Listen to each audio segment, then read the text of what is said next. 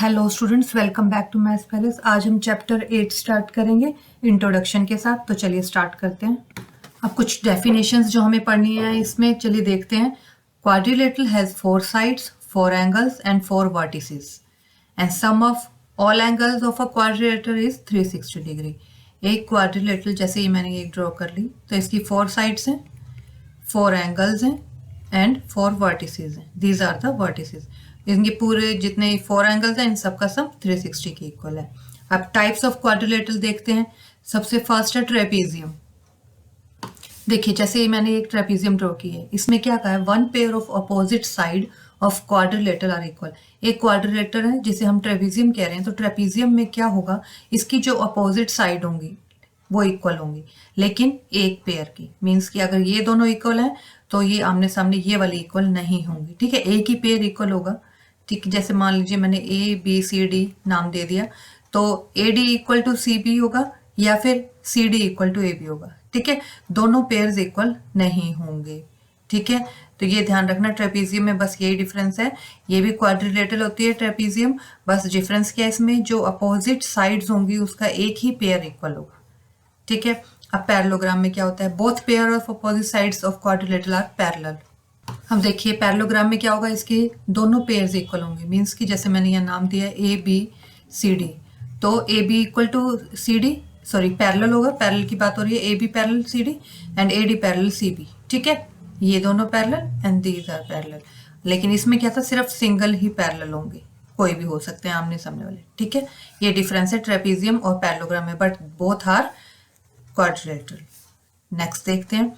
देखिए, रेक्टेंगल के बारे में बताया गया है। इन दिस पैरेललोग्राम, इसको भी हम पैरेललोग्राम कहते हैं, one angle is right angle. इसमें क्या होगा, ये देखिए, इसमें क्या होगा, एंगल जो है 90 डिग्री का तो होगा, और इसकी जो आमने सामने वाली अपोजिट साइड्स हैं ये क्या होंगी हमारी, ये भी इक्वल होंगी। ठीक है, ये रेक्टेंगल है, इसके बारे में हम पहले भी पढ़ चुके हैं, हमें पता है रेक्टेंगल में आमने सामने वाली जो साइड्स होती हैं वो इक्वल होती हैं। क्लियर, और ये 90 डिग्री का एंगल होता है दोनों। ठीक है, रोम्बस में क्या है, ये भी एक पैरेललोग्राम है, इसकी ऑल 4 साइड्स आर इक्वल। ठीक है, जैसे कि स्क्वायर में होता है, इसके बारे में आगे और पढ़ेंगे हम। तो अभी इसमें आपको ये पता लग गया है कि इसे भी हम पैरेललोग्राम कहते हैं और इसकी 4 साइड्स इक्वल होती हैं। स्क्वायर में क्या है, ये भी एक पैरेललोग्राम है, इसकी भी ऑल साइड्स इक्वल होती हैं एंड ऑल साइड्स की जो एंगल्स होते हैं, all angles are right angles. ठीक है, मीन्स कि जो स्क्वायर हो गया, स्क्वायर है, ये तो रेक्टेंगल हो गया। जैसे देखिए स्क्वायर है तो इसकी सारी चारों साइड्स भी इक्वल हैं और इसके जो एंगल्स हैं ये भी क्या होंगे, हमारे 90 डिग्री के होंगे। ठीक है, और रोम्बस में ऐसा नहीं है, ये डिफरेंस है रोम्बस और स्क्वायर में। अब देखिए मेन चीज, स्क्वायर, रेक्टेंगल और रोम्बस, ये जो 3 चीजें, स्क्वायर, रेक्टेंगल एंड रोम्बस, इन्हें हम पैरेललोग्राम कहते हैं। पैरेललोग्राम का मतलब होता है जिसकी जो अपोजिट साइड्स होती हैं वो पैरेलल होती हैं। देखिए स्क्वायर में क्या होता है, ऑल साइड्स इक्वल होती हैं, तो पैरेलल भी हम कह सकते हैं कि दोनों इक्वल है, में दोनों आमने सामने वाली साइड्स, क्योंकि इसमें सारी इक्वल होती हैं। रेक्टेंगल में क्या होती है, अपोजिट साइड्स इक्वल होती हैं। ठीक है, एंड रोम्बस में भी क्या होता है कि इसमें सारी इक्वल होती हैं, बस ये थोड़ी इसकी शेप इस तरह से बनती है रोम्बस की। ठीक है, ये हम आगे देखेंगे तो आपको ज्यादा क्लियर हो जाएगा, रोम्बस ऐसे बनता है। तो ये ध्यान रखिएगा, स्क्वायर, रेक्टेंगल और रोम्बस को हम पैरेललोग्राम कहते हैं। Square can be considered a rectangle और रोम्बस। स्क्वायर को हम रेक्टेंगल और रोम्बस दोनों कह सकते हैं, क्योंकि स्क्वायर की 4 साइड्स इक्वल होती हैं, रेक्टेंगल की आमने सामने वाली, और रोम्बस की भी 4 साइड्स इक्वल होती हैं। रेक्टेंगल में 90 डिग्री के एंगल्स होते हैं, रोम्बस में ऐसा कुछ नहीं होता, और स्क्वायर में 90 डिग्री के होते हैं। तो इसलिए स्क्वायर को इन दोनों की तरह कंसीडर किया जा सकता है, रेक्टेंगल और रोम्बस को स्क्वायर कह सकते हैं। आगे देखते हैं। अब पैरेललोग्राम इज अ ट्रेपेजियम। एक पैरेललोग्राम है, उसे हम ट्रेपेजियम कह सकते हैं, but a trapezium is not a parallelogram. Parallelogram को, जैसे कि मान लीजिए ये पैरेललोग्राम है, इसको हम ट्रेपेजियम कह सकते हैं कि मान लेते हैं इसकी ये दोनों साइड्स इक्वल है, ये दोनों इक्वल नहीं है। थोड़ा और इस तरह से ड्रॉ कर लेते हैं, ये देखिए। ठीक है, तो ये मान लेते हैं इसकी ये दोनों साइड इक्वल है, अपोजिट। तो इसको, इस पैरेललोग्राम, ये एक ट्रेपेजियम है, but a trapezium is not a parallelogram. But इस ट्रेपेजियम को अगर ये पूछा जाए कि क्या हम इसको पैरेललोग्राम कह सकते हैं, नहीं, क्योंकि पैरेललोग्राम में आमने सामने की साइड्स इक्वल होती हैं, लेकिन ट्रेपेजियम में एक ही पेयर इक्वल होगा, बोथ पेयर इक्वल नहीं होते हैं।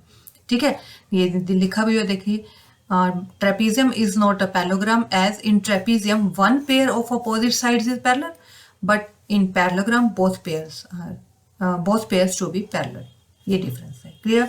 रेक्टेंगल और रोम्बस को हम स्क्वायर नहीं कह सकते। स्क्वायर को हम रेक्टेंगल एंड रोम्बस कह सकते हैं, बट रेक्टेंगल एंड रोम्बस को स्क्वायर नहीं कह सकते। वाई? देखिए, स्क्वायर में ऑल साइड्स इक्वल होती हैं, रेक्टेंगल में आमने सामने वाली होती हैं। हाँ, रोम्बस में चारों साइड्स इक्वल होती हैं, तो फिर क्यों नहीं कहते? क्योंकि स्क्वायर में 90 डिग्री के एंगल्स भी तो होते हैं चारों, लेकिन रोम्बस में 90 डिग्री के एंगल्स नहीं होते। बट यहाँ होते हैं एंगल्स, बट साइड्स जो होती हैं इसमें चारों इक्वल नहीं होती। ये डिफरेंस है इन तीनों में।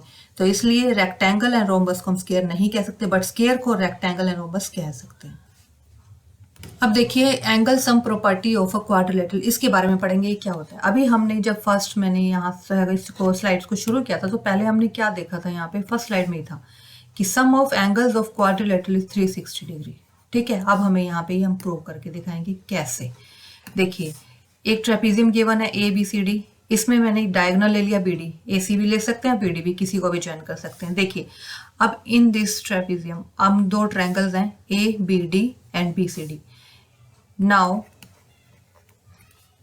इन ट्रायंगल, अगर एक बात और, अगर आप इसमें गिवन और प्रूव लिखना चाहें तो कर सकते हैं, हम सिर्फ इसको डायरेक्ट प्रूव कर रहे हैं। नाउ इन ट्रायंगल ABD, देखिए अगर ट्रायंगल ABD लिए, इसमें कितने 3 एंगल्स हैं, नेम लिखेंगे।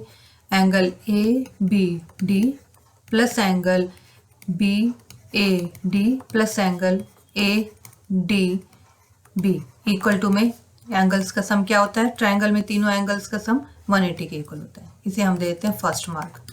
अब इन ट्रायंगल BCD, अब एंगल्स ये वाले, फिर से ये वाले एंगल सब काउंट करेंगे हम। एंगल DBC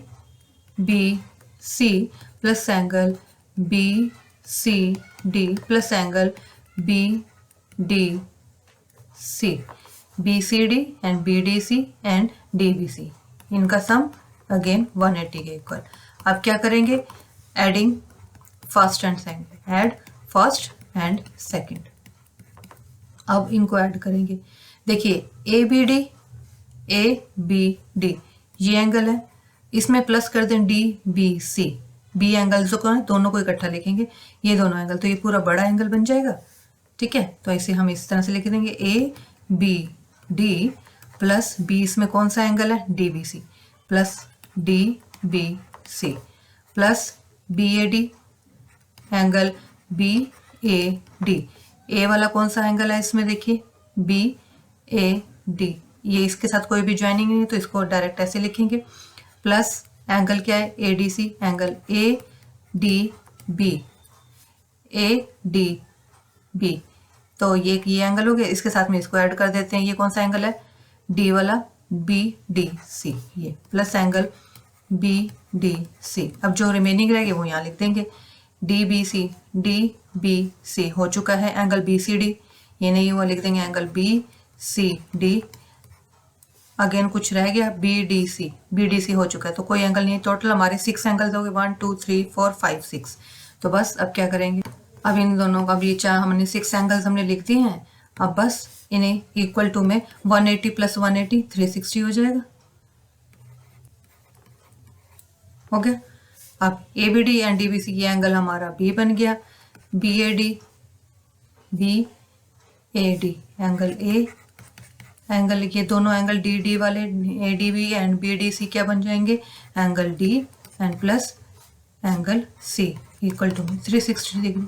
ये हमें प्रूव करना था कि एक क्वाड्रिलेटरल के चारों एंगल्स का सम 360 के इक्वल होता है। ये हमने प्रूव कर दिया, ठीक है।